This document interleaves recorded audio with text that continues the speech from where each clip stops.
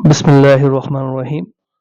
अच्छा बच्चों, आज हम चैप्टर 11 के एक टॉपिक पढ़ेंगे जिसमें हम एक कन्वर्जन पढ़ेंगे कि कैसे हम एसाइल क्लोराइड को कार्बोक्सिलिक एसिड में कन्वर्ट करते हैं। ठीक है, अगर आप बुक में पेज नंबर 199 पर देखें तो उन्होंने इसकी हेडिंग दी हुई है general mechanism of the reaction of acyl chloride with nucleophile.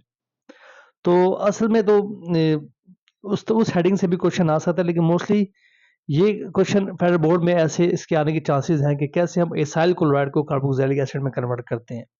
इसमें असल में इन्होंने एसाइल क्लोराइड को कार्बोक्सिलिक एसिड में कन्वर्ट करने का तरीका ही बताया हुआ है।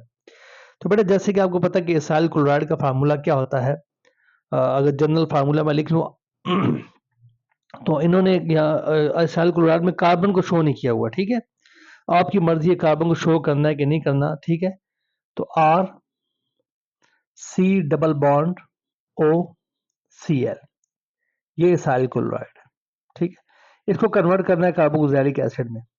तो बेटा, सबसे पहला स्टेप ये है कि इसकी आप करवा दें हाइड्रेशन।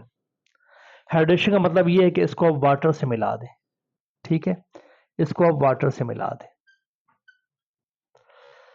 बेटा, जैसे कि आपको पता है कि वाटर के ऑक्सीजन के ऊपर 2 लॉन पेयर इलेक्ट्रॉन होते हैं। ठीक है, ये ऑक्सीजन की इलेक्ट्रोनेगेटिविटी कार्बन से ज्यादा होती है, तो ये बॉन्ड यहाँ शिफ्ट हो जाएगा।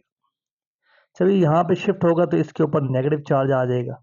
ठीक है, इस पे प्लस चार्ज आ जाएगा। तो ये वाटर का जो पास ऑक्सीजन के ऊपर जो 2 लॉन पेयर है, ये अपने इस इलेक्ट्रॉन एक पेयर को ना इसके साथ शेयर कर लेगा कार्बन के साथ। ठीक है, तो आपके पास एक अनस्टेबल स्पीशी बनेगी जिसमें पॉजिटिव और नेगेटिव चार्ज होगा। R C single bond O negative. ठीक है, सी एल, और यहाँ पर बेटा वाटर का मॉलिक्यूल अटैच हो जाएगा, लेकिन वाटर के मॉलिक्यूल में ऑक्सीजन पे प्लस चार्ज होगा। ठीक है, तो मैं लिखूंगा OH2, और ऑक्सीजन पे क्या होगा, प्लस चार्ज होगा, क्योंकि ऑक्सीजन ने इलेक्ट्रॉन पेयर डोनेट कर दिया, ये प्लस चार्ज होगा यहाँ पर। ठीक है, इसके बाद बेटा क्या होगा, ये स्पीशी जो है ना, ये इसमें एक फिनोमेना होगा जिसको हम कहते हैं टाटोमेरिज्म। ठीक है, इस फिनोमेना को हम कहते हैं टाटोमेरिज्म।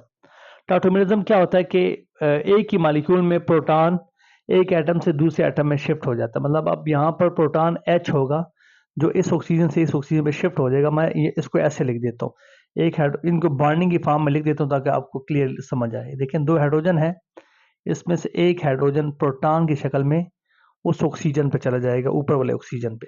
ये देखो, ये बॉन्ड यहाँ शिफ्ट हो जाएगा, ये प्लस चार्ज न्यूट्रल हो जाएगा, इस पे प्लस आएगा। ठीक है, तो ये ऑक्सीजन ना इससे ये प्रोटॉन एक्सेप्ट कर लेगा। अब ये प्रोटॉन इस ऑक्सीजन से इस ऑक्सीजन पे चला गया, तो एक ही मॉलिक्यूल में प्रोटॉन की शिफ्टिंग हो रही है। ठीक है, इसे टाटोमेरिज्म कहते हैं, टाटोमेरिज्म। मैं यहाँ आपकी बुक में तो मेंशन नहीं किया, बल्कि मैं यहाँ लिख देता हूँ tautomerism. Tautomerism, shifting a proton from one atom to another atom in a same molecule is known as tautomerism. ठीक है बेटा, ये जो आयन बना ना जिसपे प्लस चार्ज भी है नेगेटिव, इसे ज्यूटर आयन कहते हैं। ठीक है, आपकी बुक में मेंशन नहीं है ऐसा स्पीशीज जिसके ऊपर प्लस चार्ज भी हो नेगेटिव चार्ज, उसे ज्यूटर आयन कहते हैं। प्लस वाले को तो केटाइन कहते हैं ना, नेगेटिव वाले को एनायन कहते हैं। अगर दोनों होते उसे ज्यूटर आयन कहते हैं। तो यहां पर मैं लिख देता हूँ ज्यूटर आयन, ज्यूटर आयन। ठीक है, ऐसे the species which have plus and negative charge is known as zwitter ion. ठीक है, तो अब यहाँ पर चेंजिंग के बाद जो फाइनल स्पीशी बनेगी, यानी ओ ने इसको इलेक्ट्रॉन दे दिए। ठीक है, तो ये OH हो जाएगा। ठीक है, और यहाँ पर बेटा Cl तो पहले से मौजूद है, और यहाँ पर OH लग जाएगा। ठीक है, यहाँ तक क्लियर है बेटा। अच्छा, इसके बाद चूंकि O ने इलेक्ट्रॉन इसको दिए हैं, तो O के ऊपर प्लस चार्ज होगा। ठीक है, इस हाइड्रोजन को इस फॉर्म में लिख देते। ठीक है, इसके बाद बेटा क्या होगा, इसके बाद फिनोमेना होगा। इसके बाद आपने क्लोरीन को भी निकालना है, लेकिन प्लस चार्ज यहाँ पर नहीं क्योंकि न्यूट्रल है। ठीक है, अब क्लोरीन को भी यहाँ से रिमूव करना है आपने। ठीक है, क्लोरीन को भी आपने यहाँ से रिमूव करना है ताकि आप कार्बोक्सिलिक एसिड तक पहुँच सके। देखिए, ये बॉन्ड यहाँ शिफ्ट होगा, इस पर आएगा माइनस चार्ज, इस पे आ जाएगा प्लस चार्ज।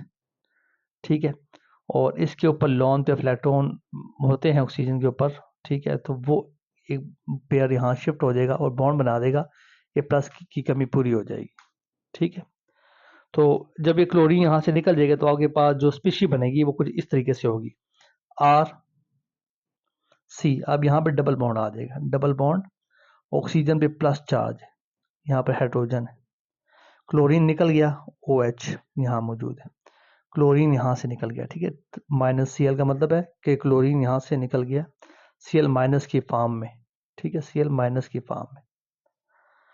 इसके बाद बड़े लास्ट इसका स्टेप है कि जिसमें क्या होगा, ये जो है अब फाइनल प्रोडक्ट बनानी है आपने, तो यहाँ पर डी प्रोटोनेशन होगी, ये बॉन्ड यहाँ शिफ्ट हो जाएगा और यहाँ से प्रोटॉन निकल जाएगा, ठीक है, तो R C double bond O O है, ये कार्बोक्सिलिक एसिड बन गया।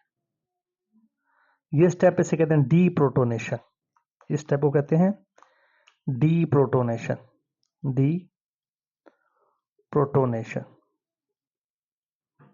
ठीक है। तो फाइनली हमने कार्बोक्सिलिक एसिड बना लिया। तो बेटा ये एक छोटा सा इसमें एक मैकेनिज्म था जो मैंने डिस्कस करना था आप लोगों के साथ कि कैसे हम इसाइल क्लोराइड को कार्बोक्सिलिक एसिड में कन्वर्ट करते हैं। तो मे भी ये शॉर्ट क्वेश्चन आ जाएगा कि लॉन्ग का भी कोई पार्ट बन सकता है, तो आप इसको देखें, ठीक है, इस पर प्रैक्टिस करेंगे। होप कि ये कन्वर्जन आपको समझ आई होगी।